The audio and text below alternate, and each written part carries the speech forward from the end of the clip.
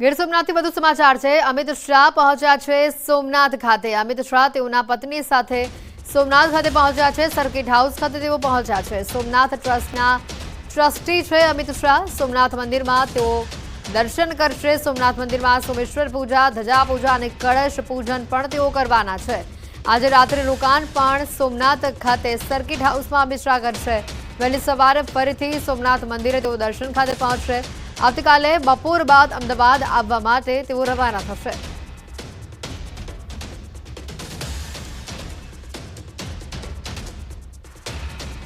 ભરૂચના જ્યોતિનગરથી જાડેશ્વર રોડ પર ડામર પીગળ્યો હોવાની ઘટના સામે આવી છે। ગરમીના કારણે ડામર પીગળતા રાહદારીઓને હાલાકી થઈ છે। લોકો રસ્તો ક્રોસ કરવા પૂંઠાનો સહારો લઈ રહ્યા છે। જ્યોતિનગર જાડેશ્વર સુધીનો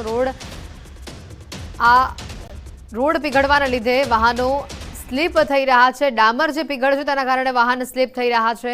સ્થાનિકોએ તંત્ર પર ગંભીર આરોપ પણ લગાવ્યા છે।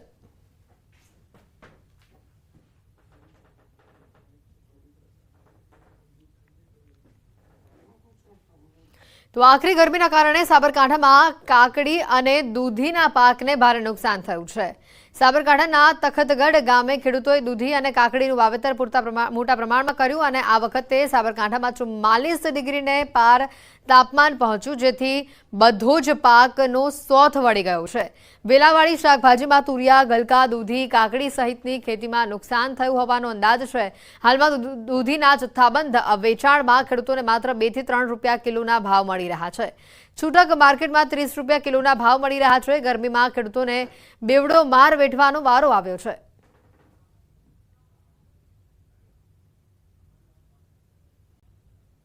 મેં 2 વીઘા દૂધીનું વાવેતર કરેલું છે, દૂધી અને કાકડીનું। અને અત્યારે ગરમીના કારણે મારે ફ્લાવરિંગ બધું ખરી જાય છે। સતત પાણી ચાલુ રાખ્યું છે અને માર્કેટમાં પણ હવે અત્યારે ભાવ મળતા નથી, એટલે મારે ખર્ચા બધા તૂટે છે। મેં કાકડી અને દૂધીનું વાવેતર કર્યું છે। અત્યારે ગરમીના હિસાબે ફળ બેસે છે પણ તે ખરી જાય છે, બહુ મોટું થતું નથી। અને જે કોક દૂધી થાય છે હું માર્કેટમાં વેચવા જાઉં છું તો મને 2 થી 3 રૂપિયા જ ભાવ મળે છે કિલોના। ને કાકડી ગરમીના હિસાબે કાકડી બગડી ગઈ, જે ફળ બગડી ગયું અને અત્યારે મેં કાપવાનું ચાલુ કરી દીધી છે કાકડી। સાબરકાંઠા જિલ્લો ખાસ કરીને શાકભાજીનું વધુ ઉત્પાદન કરતો હોય છે। ટામેટા હોય, ફુલાવર કોબીજ હોય કે વેલાવાળી શાકભાજી હોય, પરંતુ હા જે અસહ્ય ગરમી પડી છે, અસહ્ય ગરમીના કારણે જે ફૂલ છે ફૂલ પડી જાય છે। ફૂલ ન બેસવાના કારણે પાકમાં ઉતારો આવતો નથી। તમે દ્રશ્યોમાં જોઈ શકો છો તે પ્રમાણે હાલ જે કાકડી છે તે કાકડીનો જે પૂરતો બેસવો જોઈએ એ રીતે બેસતી નથી, કાકડી પણ બગડી જતી હોય છે। તો સાથે એના કારણે ખેડૂતે કંટાળીને આ કાકડીના વેલા છે કાઢી નાખવાનું શરૂ કર્યું છે। અત્યારે હાલ જે કાકડીનો જે પાક છે હજુ તો ગરમી ના પડી હોત તો વધુ ઉત્પાદન મળી શકે, પરંતુ જે ગરમી પડવાના કારણે જે વેલા છે વેલા પણ બગડી ગયા છે। તો આ ઉપરાંત જે ઉત્પાદન છે તે ઉત્પાદન પણ પૂરતું મળતું નથી, તેના કારણે ખેડૂતોને નુકસાન થઈ રહ્યું છે। આ ઉપરાંત વેલાવાળી શાકભાજીમાં ગલકા, દૂધી સહિતના જે પાક છે એમાં પણ આ જ પરિસ્થિતિ ઊભી થઈ છે, જેના કારણે ખેડૂતોને જે પૂરતું ઉત્પાદન મળવું જોઈએ તે મળતું નથી। દૂધીના પાક છે, દૂધીના પાકમાં પણ અત્યારે હાલ ખેડૂતોની પરિસ્થિતિ એવી છે કે દૂધીના ફૂલ ખરી પડે છે, તો જે ફળ બેસવું જોઈએ, ફળની સાઈઝ આટલી જ હોય છે, નાની સાઈઝના કારણે તેનો વિકાસ થતો નથી। એના કારણે જે વધુ પડતી ગરમીના કારણે આ પ્રકારની પરિસ્થિતિ ઊભી થઈ છે અને ખેડૂતોને જે ખર્ચ કર્યો છે એ પણ મોંઘું પડી રહ્યું છે। ઈશાન પરમાર, ન્યૂઝ 18 ગુજરાતી, સાબરકાંઠા। અંબાજી મંદિરમાં વિનામૂલ્યે છાશ વિતરણ કરવામાં આવ્યું। ગરમીના પ્રકોપને લઈને ભક્તો માટે છાશ વિતરણ કરવામાં આવ્યું। ભક્તો દર્શન બાદ છાશનો લાભ લઈ રહ્યા છે। ગરમી રહેશે ત્યાં સુધી છાશ વિતરણ અહીંયા ચાલુ રહેશે અને આગામી દિવસોમાં પણ જ્યાં સુધી ગરમી રહેશે ત્યાં સુધી આપણે વિતરણ છાશનું ચાલુ રાખવાના છીએ। સાથે સાથે એનાથી સનસ્ટ્રોક વગેરે ઓછું લાગે અને લોકોને રાહત મળે। સાથે સાથે થોડા દિવસ પહેલા 2-1 દિવસ પહેલા આપણે દરેક આજે આવતા ગરમીના બચવા માટે દરેકને આપણે ORSના પેકેટ ORS પણ આપ્યા હતા। વડોદરાથી સમાચાર આવી રહ્યા છે। MJBCLનો મોટો છબરડો સામે આવ્યો છે। ગ્રાહકને 13.45 લાખનું બિલનો મેસેજ આવ્યો। સ્માર્ટ મીટર લગાવ્યા બાદ બીજો આ છબરડો સામે આવ્યો છે। જેલપુર રોડ ઉપર રહેતા પરિવારને આ બિલ આવ્યું છે। વીજ કચેરીએ રજૂઆત માટે આ પરિવાર પહોંચ્યો છે।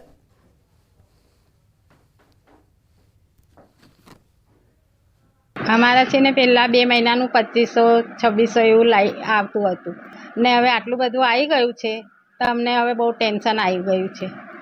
એટલે અમારે આ સ્માર્ટ મીટર જોઈએ ને, અમારે અમારું જે જૂનું મીટર હતું એ જ જોઈએ। स्मार्ट मीटर डाला तो 13,45,000 का बता रही आएगा। उसके बाद फिर अभी हमारे को टेंशन आ गया आएगा कि हम ये कैसी रीत से भरे। हमारे 4 लड़कियां है यहाँ, एक कमाने वाला है, घણા માણસ પણ ઘરમાં છે, એવી રીતને 8 જણા છે। હવે એ લોકો ઘરનું પૂરું કરે કે છોકરીઓને ભણાવવાનું કે ખાવાનું કરવાનું। છોટાઉદેપુરથી માહિતી, જોખમી સવારીનો આ વિડીયો હાલ વાયરલ થઈ રહ્યું છે। બોડેલીમાં વાહનમાં ઓવરલોડ ભરવામાં આવ્યો। આ ઓવરલોડ મુસાફરો સીએનજીની ટાંકી પર બેઠેલા જોવા મળી રહ્યા છે। વાહન ચાલકો કાયદાની એસી તેસી કરી રહ્યા છે। સામાન્ય માણસ પાસે એક કાગળ ન હોય તો પોલીસે તતડાવે નહીં। આ કાગળો તો ઠીક, પરંતુ વાહનોને રોકે તો ખરા પોલીસ। અરે ભાઈ, ક્યારે સુધરશો તમે?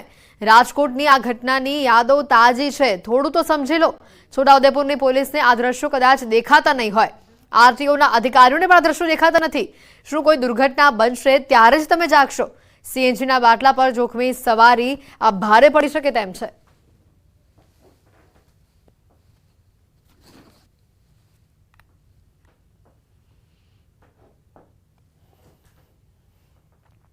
છોટાઉદેપુરના નસવાડી તાલુકામાં એમજીવીસીએલની બેદરકારી સામે આવી છે। નસવાડી તાલુકાના ગ્રામ્ય વિસ્તારોમાં ખેતરોમાં વીજ પોલ તદ્દન નમેલી હાલતમાં જોવા મળ્યા, જે કોઈ પણ સમય ધરાશાયી થઈ શકે તેમ છે, અને જેના કારણે કોઈ દુર્ઘટના સર્જાય તો જવાબદાર કોણ, તે સૌથી મોટો સવાલ છે।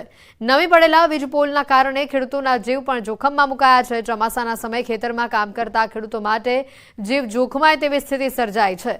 તો આ ઘટનાને લઈને જવાબદાર કોણ, તે એક સવાલ છે। ગામજનોએ અનેકવાર રજૂઆત કરી છતાં પણ તંત્રની બેદરકારી સામે આવી રહી છે। નમી ગયેલા વીજ પોલ સીધા કરવામાં આવે અને જાડી ઝાખરા દૂર કરવામાં આવે તેવી માંગ ઉઠી છે।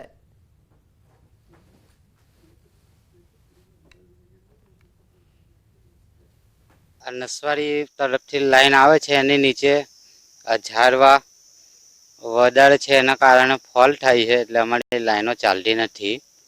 જોખમ તો છે, જવાની એ બીક લાગે, પણ શું કરવાનું? તકલીફ એટલી જ છે કે ઝાડવા વાયડી અડી જ જશે અને કોઈ શોર્ટ સર્કિટ થાય તો ઉપાડી છે। ખેડૂતો અવડે આવે, ખેતીનો ટાઈમ આવ્યો બરાબર છે, અને ઝાડવા ઉપર લાઈન ઉપર અડી ગયેલા છે, અને માણસો તકેદારી રાખતા નથી। આ વિદ્યુત બોર્ડવાળા, વીજ કંપનીવાળા, એને જરા તકેદારી લેવું જોઈએ, ઝાડવા કપાવવા જોઈએ, અડી ગયેલા છે।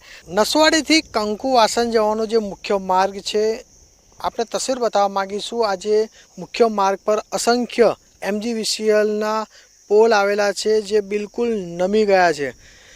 આજે મુખ્ય માર્ગ પર જે રીતે જે જોઈ શકો છો તસવીરમાં, જે એમજીવીસીએલની જે બેદરકારી છે તે જોવા મળી રહી છે। આમ તો ગુજરાતભરમાં જે ઘટનાઓ બની રહી છે તેની અંદર જે પણ જ્યારે ઘટના બને ત્યારબાદ તંત્રના જે અધિકારીઓ છે તેની બેદરકારી સામે આવતી હોય છે, પરંતુ આજે નસવાડી તાલુકાના જે કંકુવાસન જવાનો જે મુખ્ય માર્ગ છે તેની ઉપર જ અસંખ્ય વીજ પોલ છે તે બિલકુલ નમી પડેલા છે। એટલે ચોક્કસથી જીવનું જોખમ જે આ વિસ્તારના લોકોની માથે મંડાઈ રહેલું હોય તેવું લાગી રહ્યું છે।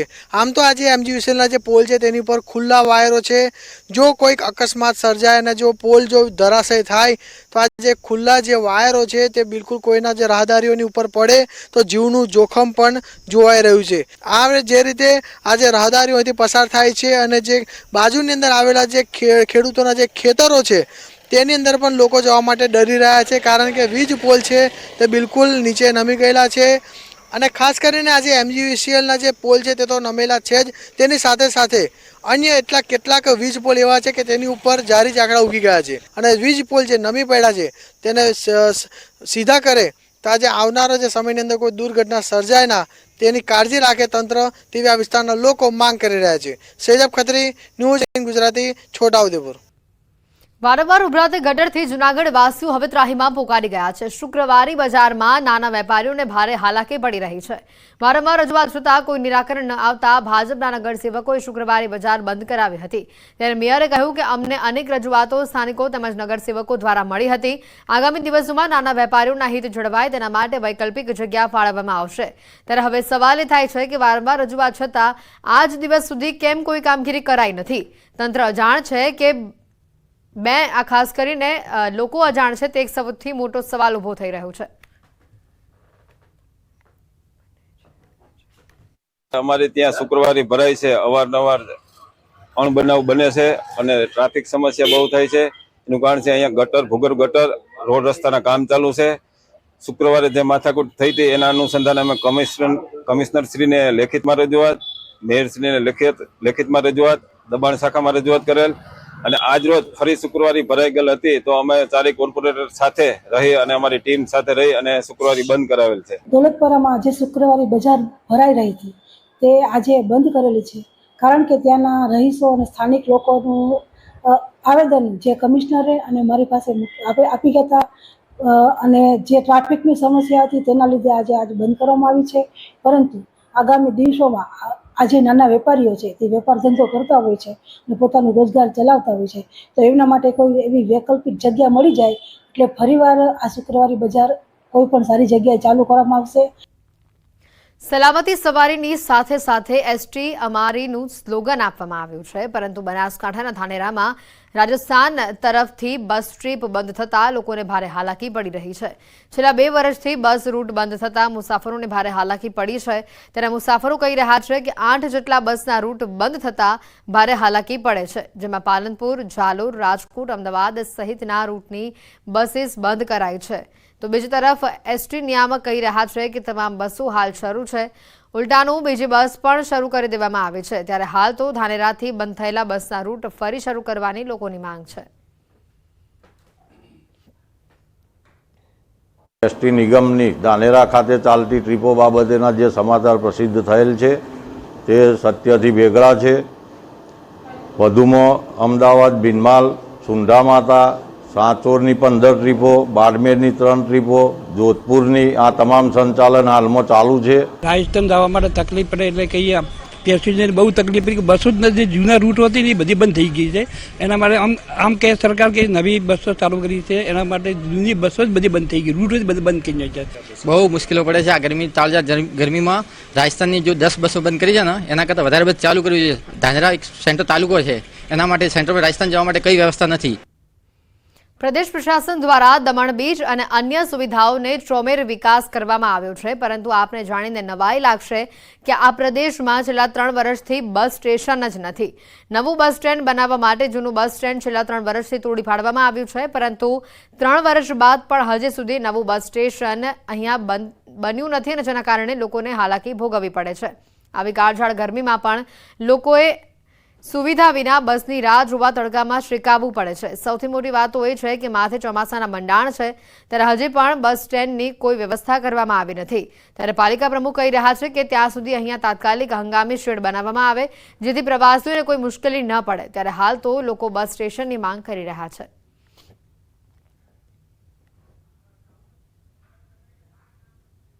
પરંતુ જે આ સુવિધા છે જે શેડ નાખવાની, તે હું કલેક્ટરને રજૂઆત કરીને એ શેડ આપણે નખાવીએ અને ટોયલેટનો બંદોબસ્ત, એ 2 ચીજ તો આપણે તાત્કાલિક કરીએ.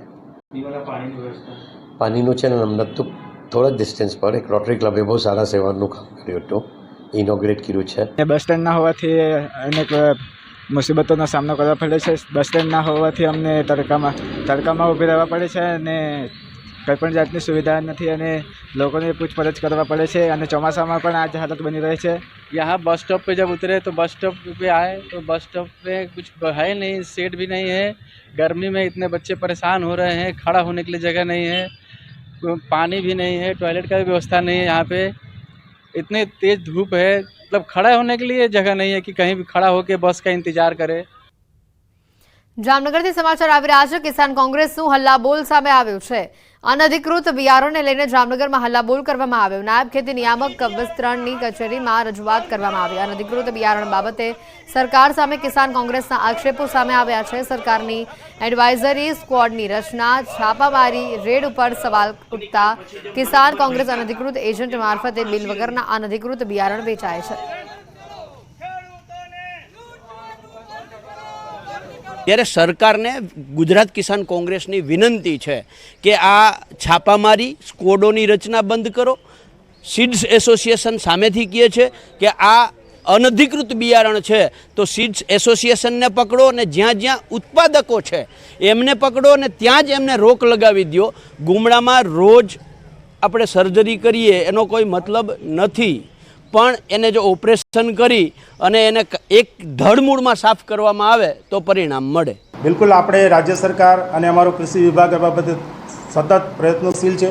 રાજ્ય સરકાર એમણે જ કીધું એમ અમે 19 ટીમોની આંતરજિલ્લા સ્કોડની રચના કરવામાં આવી. આ ઉપરાંત રેગ્યુલરલી પણ અમારા ઇન્સ્પેક્ટરો ફિલ્ડમાં જાય છે, નમૂનાઓ લેવાય છે. અત્યાર સુધીમાં આપણે જ આ કોટનની વેરાયટી છે એના લગભગ 156 જેટલા નમૂનાઓ લઈ અને લેબોરેટરીમાં મોકલી આપેલ છે. દાહોદમાં નકલી કચેરી બાદ જમીનના નકલી હુકમો સામે આવ્યા છે. ભૂમિયાઓ દ્વારા જમીનના એનેના નકલી હુકમો બનાવાયા છે. જમીન એને કરી પ્લોટિંગ કરી વેચાણ પણ અહીંયા થઈ ગયું છે. પ્રાંત અધિકારી અને ડીડીઓ કચેરી વતી પોલીસ ફરિયાદ નોંધાઈ છે. પોલીસે શૈશવ પરીખ, જકરિયા અને હારૂન એમ 3 લોકોની ધરપકડ કરી છે. દાહોદ એ ડિવિઝન અને B ડિવિઝન પોલીસ મથક એમ 2 અલગ અલગ ફરિયાદ દાખલ કરાઈ છે. બંને ફરિયાદમાં શૈશવ પરીખ કોમન આરોપી સામે આવ્યો છે. પોલીસ તપાસમાં વધુ નામ બહાર આવવાની શક્યતા છે.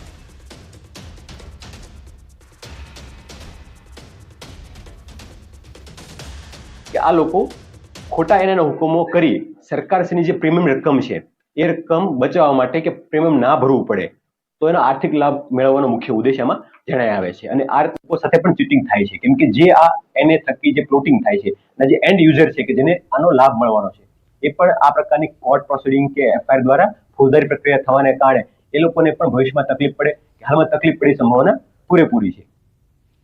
પંચમહાલ જિલ્લા પુરવઠા અધિકારી દ્વારા જિલ્લાની કુલ 25 સરકારી સસ્તા અનાજની દુકાનમાં ગેરરીતિ મળી આવતા કાર્યવાહી કરવામાં આવી છે.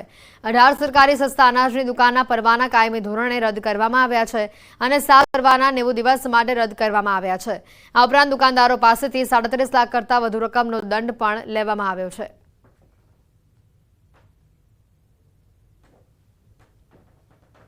અમોએ 18 પરવાનાઓને કાયમી રદ કરવામાં આવેલા છે.